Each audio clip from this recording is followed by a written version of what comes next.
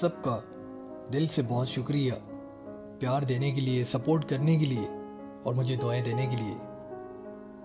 کچھ انسان کی زندگی میں ایسے واقعات اور ایسے لمحات بھی گزرتے ہیں جنہیں ہم چاہ کر بھی کبھی بھلا نہیں پاتے، اور کچھ واقعات ایسے گزرتے ہیں جو ہم جب بھی اسے یاد کرتے ہیں تو سوچتے ہیں کہ اگر ہم نے چھوٹی سی غلطی کر لی ہوتی تو زندگی بھر پچھتانا پڑتا۔ ایسے ناقابل فراموش واقعات جو ہمیں یاد آتے ہیں تو ہمیں ڈر لگتا ہو اور خوف آتا ہو۔ ایسا ایک واقعہ ہماری ایک بہن نے ہم سے شیئر کیا، اور ہماری بہن کہتی ہیں کہ یہ ایسا واقعہ ہے جو تمام سننے والی لڑکیوں کے لیے ایک نصیحت ہے۔ لیکن کچھ واقعات ایسے ہوتے ہیں جو دوسروں کو سنانا بہت ضروری ہوتا ہے تاکہ جو غلطی یہ کر بیٹھے وہ کوئی اور نہ کرے۔ ہماری بہن نے لکھا کہ میرا نام ندا ہے، میرے والد صاحب گورنمنٹ کے ملازم تھے اور ان کی ریٹائرمنٹ میں بس 2 ہی مہینے باقی رہ گئے تھے، اور میں اپنے والدین کی اکلوتی بیٹی ہوں۔ اسی لیے ان کی خواہش تھی کہ وہ میری شادی دھوم دھام سے کرے، اور میرے والد صاحب مجھے ہمیشہ کہا کرتے تھے کہ تم میری سب سے پہلی ذمہ داری ہو جسے میں انشاءاللہ اچھے سے ودا کروں گا۔ اور کسی نے بھی مجھ سے پوچھا تک نہیں، کیونکہ میرے والد صاحب ریٹائر ہونے والے تھے۔ مجھ سے پوچھے بنا ہی انہوں نے میرا رشتہ تلاش کرنا شروع کر دیا، اور میں گزشتہ 1 سال سے ایک لڑکے کو پسند کرتی تھی اپنے دل کی گہرائیوں سے، جس کا نام یاسر تھا۔ ہماری بہن کہتی ہیں کہ تمام لڑکیاں اس واقعے کو غور سے سنیں اور سمجھنے کی کوشش ضرور کیجیے گا۔ ہماری بہن ندا کہتی ہیں کہ پچھلے 1 سال سے جس لڑکے کو میں پسند کرتی تھی اس سے میری دوستی فیس بک پر ہوئی تھی، اور یاسر جو کہ میری زندگی بن چکا تھا، جس کے بنا میں جینے کا سوچ بھی نہیں سکتی تھی۔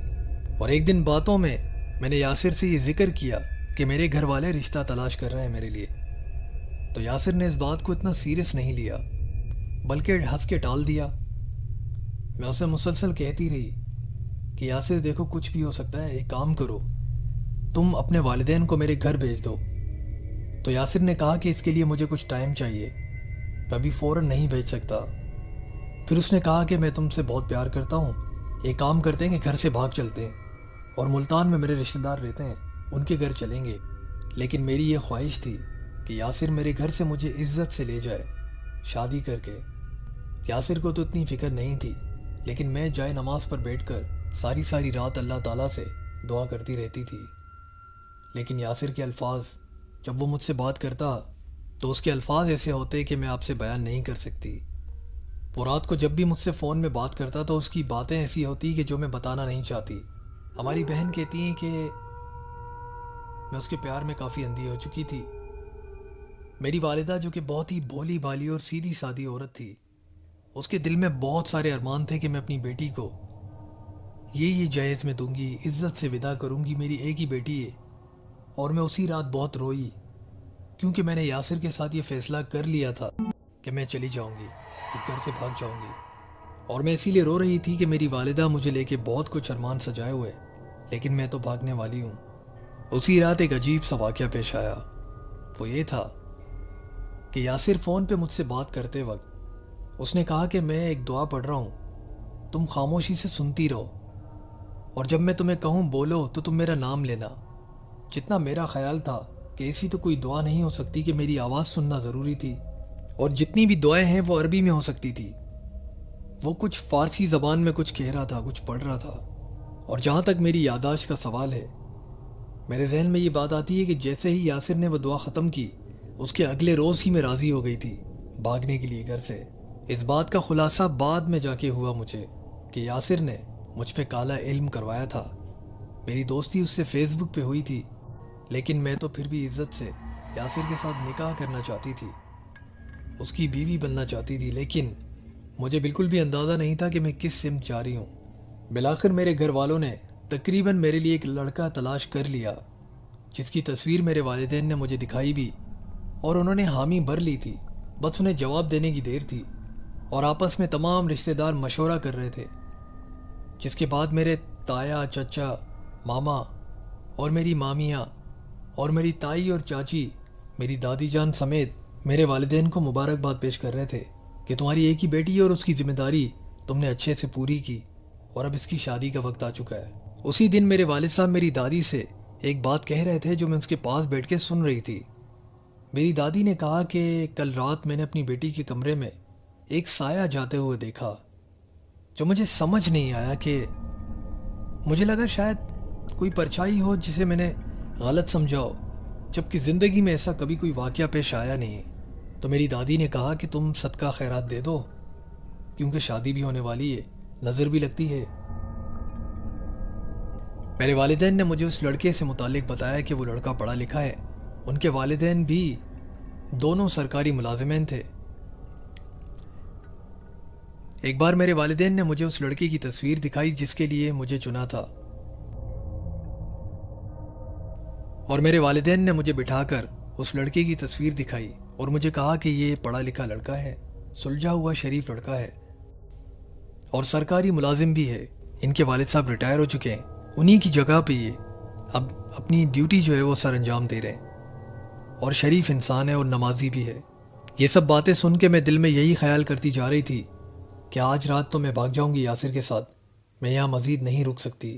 نہ جانے میرے اعصاب میں ایک عجیب سی تبدیلی آ گئی تھی کہ میری ایک ضد بن گئی تھی کہ مجھے بھاگنا ہے، جبکہ میں اندر اندر سے روئے بھی جا رہی تھی۔ مجھے محبت شفقت کے ساتھ پال پوس کے بڑا کیا، آج میں بھاگنے جا رہی ہوں۔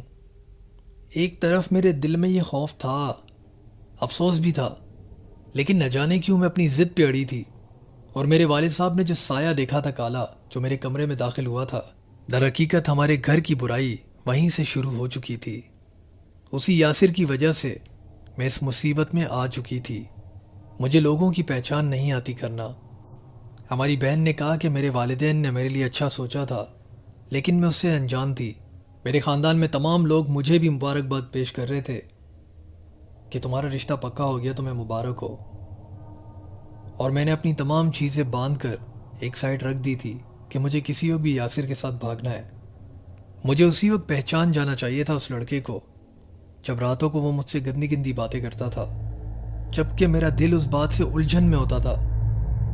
میں روتی بھی تھی، لیکن میں اس کے پیار میں اندھی تھی۔ میں یاسر کے ساتھ ملتان جانے والی تھی، اس کے رشتہ داروں کے گھر۔ ہمیں نکاح کر کے وہیں رہنا تھا، اس کے بعد گھر والوں کے منانے کے بعد ہمیں واپس آ جانا تھا، یہ ہم نے ڈیسائیڈ کیا تھا۔ ایک بار اچانک میرے پاس ایک فون آیا، ایک انجانی لڑکی کی کال تھی۔ اس لڑکی نے مجھے کہا کہ تم ندا بات کر رہی ہو؟ میں نے کہا ہاں میں ندا ہوں۔ تو اس نے کہا کہ میں نے تمہارا نمبر کسی طرح سے یاسر کے موبائل سے نکالا ہے، میں رشتے میں اس کی بہن لگتی ہوں، لیکن میں اپنے خدا سے خوف کھا گئی ہوں، اور میں تمہیں ایک بات کے لیے وارن کرنے جا رہی ہوں، خدا کے واسطے تم یاسر کے ساتھ مت بھاگنا، کیونکہ تم ہمارے خاندان کو اور ہمارے گروہ کو جانتی نہیں ہو۔ اس نے کہا کہ تم وعدہ کرو کہ یہ بات یاسر کو نہیں بتاؤ گی۔ میں نے اس سے وعدہ لیا۔ اس نے مجھے کہا کہ یاسر تمہیں ملتان لے آ کے کسی گروہ کے پاس بیچ دے گا، اور اس کے بعد تمہارے ساتھ کیا ہوگا یہ مجھے نہیں پتا، اور اس کا پلان یاسر تقریباً بنا چکا ہے، اور اس میں ہم سب ملوث ہیں، لیکن نہ جانے کس طرح اللہ تعالیٰ نے میرے دل میں یہ خوف ڈالا کہ میں تمہیں بتا دوں، کیونکہ یاسر نے مجھے کہا تھا کہ تم ایک معصوم لڑکی ہو، تم اس کی ہر بات پہ بھروسہ کر لیتی ہو۔ جیسے ہی یہ خبر میں نے اس سے سنی، اس کا شکریہ ادا تو کیا، لیکن اس رات میں اتنا روئی تھی کہ میں آپ کو بتا نہیں سکتی کہ میری حالت کیسی تھی۔ مجھے اسی وقت بخار ہو گیا، میں صدمے کو برداشت نہیں کر پا رہی تھی۔ یہ بات سن کے میں بہت خوف میں مبتلا ہوئی اور ڈر گئی، اور تب مجھے پتا چلا کہ جو الومناٹی، یہ جو خفیہ تنظیمیں، یہ فری میسن اور ایسی بہت ساری چین جو لڑکیوں کو اغوا کر کے ان کے ساتھ زیادتی کرتے ہیں، اس کے بعد اس کو قتل کر دیا جاتا ہے، دراصل ایسے ہی ہوتے ہیں۔ کسی اور کا روپ دھار کے وہ لڑکیوں کو بیوقوف بناتے ہیں، اس کے بعد وہ ان کی عزت پامال کر کے ان سے فائدہ اٹھاتے ہیں۔ جو زیور وغیرہ لڑکیاں لے آتی ہیں اپنی والدہ کا، اسے لوٹ لیا جاتا ہے۔ اس کی بہن نے مجھے بتا کے بہت بڑی نیکی کا کام کیا۔ سب سے پہلے میں نے اپنی والدہ محترمہ کو تمام اس بات سے آگاہ کیا۔ اس کے بعد میری والدہ بہت گھبرا گئی۔ میری والدہ نے مجھے گلے لگایا اور پیار کیا۔ اس نے کہا کہ اگر تم بھاگ جاتی تو شاید میں مر جاتی، اور میری والدہ فوری طور پہ مجھے ایک عالم دین کے پاس لے گئی، ایک صاحب علم شخص تھے، اس کے پاس لے گئے۔ انہوں نے استخارہ کروایا، دم کروایا۔ صاحب علم شخص نے ہمیں بتایا کہ اس شخص نے تمہارے اوپر کوئی جادو کیا تھا، وہ قدیمی جادو تھا جس کی وجہ سے تمہاری سوچ، تمہارا ذہن اس کے گرفت میں تھا، اور تمہارے گھر انہوں نے ایسے گندے جنات مسلط کیے ہیں جو تمہارے گھر کے آس پاس تمہاری نگرانی کرتے ہیں، اور اگر تمہاری شادی کہیں اور ہو جاتی تو وہ جنات تمہارا قتل کر دیتے۔ ان کی والدہ نے کہا کہ اب ہمیں کیا کرنا چاہیے؟ سب سے پہلے انہوں نے کہا کہ صدقہ خیرات کرو، تو میری والدہ مجھے لے گئی سیلانی ٹرسٹ، جہاں پہ میں نے ایک بکرے کو ہاتھ لگایا۔